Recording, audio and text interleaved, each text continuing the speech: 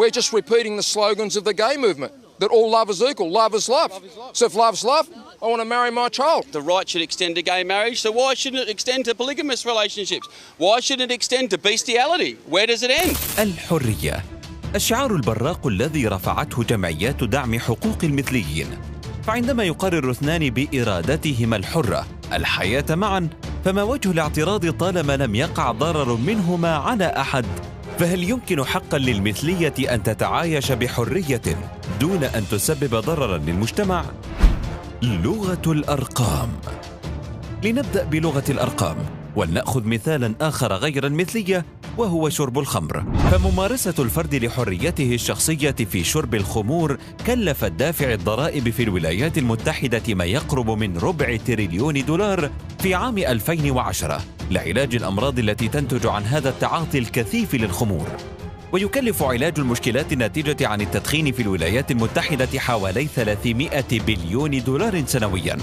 أما المثلية، ففي دراسة لمجلس أبحاث الأسرة بأمريكا حول الأضرار الصحية للمثلية الجنسية، اعتمدت على إحصائيات مركز السيطرة على الأمراض والوقاية منها، وقررت أن المثلية الجنسية تعرض من يمارسها لعدد كبير من العلل الجسدية والنفسية، مستشهدة بتصريحات جمعيات داعمة للمثليين نفسها. تعرض الدراسة 10 أمور على حد وصف الجمعيات الداعمة للمثليين، والتي لم تستطع إنكار الحقائق الطبية يجب على المثلي من الرجال والنساء مناقشتها مع شريكه. على سبيل المثال: مرض نقص المناعة، الإيدز، إدمان المخدرات والكحول، الاكتئاب، الأمراض التي تنتقل بالممارسات الجنسية، سرطان القولون والبروستاتا والخصية والثدي، نهاية إلى العنف المنزلي. وبحسب الدراسة فالمثليون أكثر عرضة من غيرهم لهذه الأشياء. لنأخذ شيئا واحدا من هذه القائمة المفزعة، وهو الأمراض التي تنتقل عبر الممارسات الجنسية، فإننا سنجد أنها كلفت دافع الضرائب الأمريكية في عام 2010 $16 بليون. هذا الرقم هو جزء من التكلفة التي يتحملها المجتمع كله بسبب ممارسات بعض أفراده لحريتهم الشخصية بذريعة أنهم لا يضرون أحدا، رغم النظرة القاصرة للضرر التي يصور بها وكأنه الضرر المباشر فقط. هنا يتساءل البعض: لماذا علي أن أتحمل تكاليف علاج من يختار بإرادته القيام بممارسات ثبت طبيا ضررها القطعي جسديا ونفسيا؟ لماذا يدفع المواطن المستقيم أخلاقيا وسلوكيا ثمن نزوات آخر لا يستطيع كبح جماح رغباته؟ وبالفعل تم طرح هذا السؤال على 4000 بريطاني في تقرير نشر في عام 2015 قال فيه ما يزيد قليلا عن نصف العينة بأنه لا ينبغي أن يشمل التأمين الصحي المجاني أولئك الذين يقومون بإرادتهم الحرة بسلوكيات تهدد صحتهم، تحديدا شرب الخمور والتدخين وتعاطي المخدرات والعادات الغذائية المسببة للسمنة. وهو ما يعني أن الجدل حول حدود الحرية في هذه الأبواب قد استعيد ثانية إلى الساحة الواقعية. لكن ثمة سؤال آخر هنا: هل المشكلة التي تقع على المجتمع اقتصادية فقط؟ بمعنى آخر، هل لو تحمل كل شخص ولو نظريا التكلفة المادية لعلاجه من الأمراض الناتجة عن ممارسته في الشرب أو الجنس، هل ستتوقف آثار المثلية الجنسية عند هذا الحد؟ للأسف لم تتوقف القصة عند هذا الحد. أطفال المثليين. قبل سنوات ارتفعت أصوات الجمعيات الداعمة للمثلية تطالب بالسماح لهم بالزواج، وبعد أن تحقق لهم ذلك ارتفعت أصواتهم مرة أخرى مطالبين بالسماح لهم بإنشاء أسر عبر التبني أو تأجير الأرحام أو رعاية طفل أحدهما مع شريكه من نفس الجنس. وكان الشعار المرفوع وقتها: نطالب بقانون يسمح للأزواج بإنشاء أسر. لكن شعارا كهذا قبل عقود قليلة كان سيبدو غريبا وشاذا قبل أن يتحول إلى المانشيت الأول في الصحف الكبرى. لماذا؟ لأن الزوجين المثليين من نفس الجنس لا يمكنهم الإنجاب، لذلك يحتاجون لقرار من المحكمة يسمح لهم بالتحايل على قوانين الطبيعة حتى يقوموا بتكوين أسر. ولكن إن كان بإمكان الإنسان الالتفاف حول قوانين الأحياء وإنشاء أسرة من أبوين ذكرين فقط أو امرأتين فقط، فهل يمكنهم تحدي قوانين علم النفس والاجتماع وتربية أطفال طبيعيين كأقرانهم من أطفال الأسر الطبيعية، تخبرنا العديد من الدراسات بعدم وجود فروق ملحوظة في التحصيل الدراسي والميول الجنسية والتكوين العاطفي للأطفال الذين نشأوا في أسر لأبوين من نفس الجنس. نعم، هكذا تقول الدراسات التي استند إليها لوبي المنظمات المثلية للضغط حتى السماح لهم بتكوين أسر. أين الأمر إذن؟ وشهد شاهد من أهلها. لنأخذ مثالا واحدا يكشف لنا الحال. كاتي فاوست، سيدة تربت في أسرة من امرأتين دون وجود أب، تقود الآن حملة لحماية الأطفال من المصير الذي تعرضت له. Interestingly, whenever you are studying family structure, when you are not talking about same-sex parenting, social scientists tend to agree on three things. Number one, that non-biological parents tend to be more transitory, invest less time and energy and resources into kids, and be more dangerous to kids.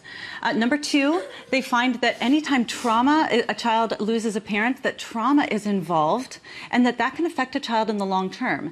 And then they also agree that men and women parent differently, and they offer distinct and complementary gifts to their kids.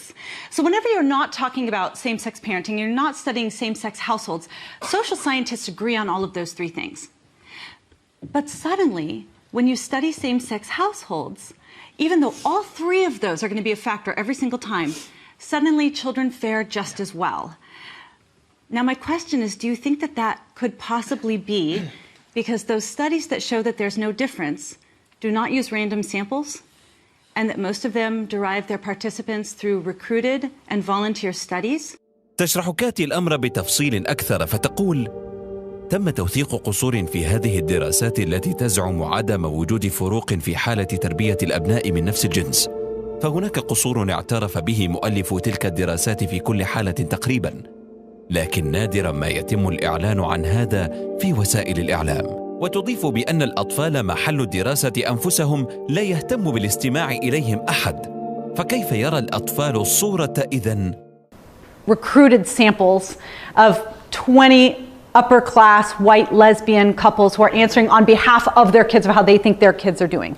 لم يكن الطفل لديه مشكلة أو تصور بديل، فقد تم إقناعه هو وغيره من الأطفال الذين كانوا يحكون عن تعجبهم حين كبروا ودخلوا بيوت زملائهم في المدرسة ووجدوا فيها أبا وأما، أن هذا أمر طبيعي ألا يكون له أب أو لا يكون له أم، أو أن هذا هو الشكل الطبيعي للأسرة. Did your dad die? No, I don't have a dad. I've never had a dad. I never will have a dad. لكن ماذا لو أمكننا الاستماع لشهادات بالغين من الرجال والنساء نشأوا في أسر لآباء من نفس الجنس؟ لدينا بروفيسور روبرت لوبيز بجامعة كاليفورنيا، والذي نشأ في أسرة من سيدتين، يجيب على سؤال: كيف انتقلت من كونك مثليا في أسرة مثلية لتصبح رجلا مستقيما وتتزوج وتنجب؟ I knew that there was something that was wrong in my gay life. I knew that there was something that I was trying to force that wasn't really matching how I felt inside. Because, you know, as I left my teenage years and went into my 20s, I assumed that I was gay. I kind of wanted to be gay, but I would be in relationships with men, and there was just something that felt awkward. I felt a kind of repulsion towards being in the situation. And for a long time, you know, kind of taking the cue of what people tell you around you, I thought that must be homophobia. It must be because I'm not accepting myself.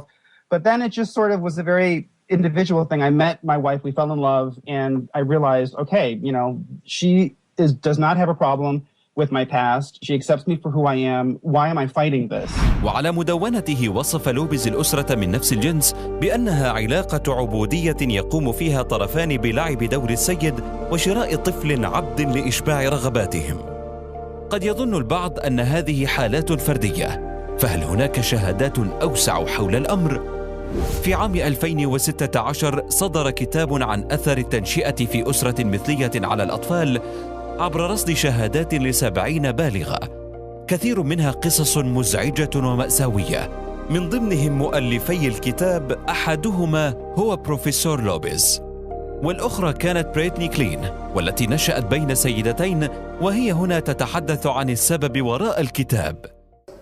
We are trying to counter all the social science industry that is saying, oh, well, two daddies are as good as a mother and a father. We're saying no. Children have a right and need a mother and a father. They're born that way. That's how they're born. So if you want to argue born that way, let's start arguing with children about children. عن الأب المفقود. في دراسة نشرت عام 2008 على نوع من الخنافس عبر 3 أجيال تم تقسيمها ل3 مجموعات، مجموعة نشأت في وجود أب وأم، ومجموعة تم حرمانها من الأب، وأخرى من الأم. وجد الباحثون أنه عندما يتم استبعاد أحد الأبوين فإن الآخر لا يستطيع القيام إلا بالدور الذي كان يقوم به من قبل، لم يتمكن أحدهما من ملء فراغ الآخر. هذا عن الخنافس. ماذا عن دور الأب والأم في بني الإنسان؟ نشرت مجلة الأسرة والزواج سنة 2010 دراسة وصلت إلى أنه في الأسر من نفس الجنس عندما يكون الأبوان من الذكور فغالبا ما يقوم أحدهما بالقيام بتوفير الدور الأنثوي، أما عندما يكون الأبوان من النساء لا يحدث أن تقوم إحداهما بدور الأب. وفي المقابل يحظى الطفل بحب أمين بدلا من أم واحدة، ولكن ستغيب صورة الأب. فماذا سيحدث عند غياب الأب؟ الكثير والكثير من الأدوار التي لن يقوم بها غيره سوف يفقدها الطفل. كما كان يقول رائد التحليل النفسي سيغموند فرويد: لا أستطيع التفكير في أي حاجة طفولية أقوى من الحاجة إلى الحماية الأبوية. سؤال المآل: هل لهذا الطريق من نهاية؟ لقد بدأ الأمر في ستينيات القرن الماضي بالمطالبة برفع المثلية من الدليل التشخيصي والإحصائي للاضطرابات النفسية، وتحقق الهدف الأول في عام 1973، وتوالت المطالبات واحدة تلو الأخرى، وكلها بدافع الحب. واستخدم المعارضون نفس الدوافع لعرض بعض التساؤلات. We're just repeating the slogans of the gay movement, that all love is equal, love is love. So if love's love, I want to marry my child. The right should extend to gay marriage, so why shouldn't it extend to polygamous relationships? Why shouldn't it extend to bestiality? Where does it end? لقد أثار هذا الرجل نقطة مهمة حقا، فتعدد الزوجات هو شكل الزواج الأكثر شيوعا على مر التاريخ البشري، بل إن تكوين ذكور البشر التشريحي والفسيولوجي مهيأ لتعدد الزوجات، بخلاف التكوين التشريحي والوظيفي لإناث البشر. وعلى الرغم من هذا قامت المجتمعات الغربية بفرض قوانين تحد من حرية هذه الممارسة الطبيعية من منظور علوم الأنثروبولوجيا، حتى وإن كانت بموافقة جميع الأطراف البالغين. يبدو أن قوانين البشر تحاول العمل عكس قوانين الطبيعة. هل هي صورة من التمرد على ما قرره الخالق؟ إن كانت المثلية الجنسية حقا من حقوق الإنسان كما يدعي البعض، وأنه سلوك طبيعي موجود في الحيوانات ويمارسه البشر منذ زمن، إن كان الأمر كذلك فلا مشكلة إذن لو مارسه أغلب البشر، بل لا مشكلة إن مارسه كل البشر، أليس كذلك؟ فهل البشر أحرار في أن يسببوا لأنفسهم ولغيرهم كافة الأمراض الجسدية والنفسية ليكسبوا في كل يوم أرضا جديدة وامتيازا جديدا، ويستوردوا المزيد من الأطفال لإدخالهم قسرا في نفس دائرة المعاناة؟ وهل سيكون علينا قريبا حماية الشكل التقليدي للأسرة من أب وأم؟ هل البشر أحرار في إضفاء الشرعية على سلوك وممارسة لو شاعت بين أغلب البشر لتناقصت أعداد المواليد بالتدريج حتى تكتب في النهاية الفصول الأخيرة في حياة الجنس البشري؟ فهل البشر أحرار في أن يفنوا أنفسهم؟ يريد الله ليبين لكم ويهديكم سنن الذين من قبلكم ويتوب الله عليكم، والله عليم حكيم. والله يريد أن يتوب عليكم، ويريد الذين يتبعون الشهوات أن تميلوا ميلا عظيما. يريد الله أن يخفف عنكم، وخلق الإنسان ضعيفا.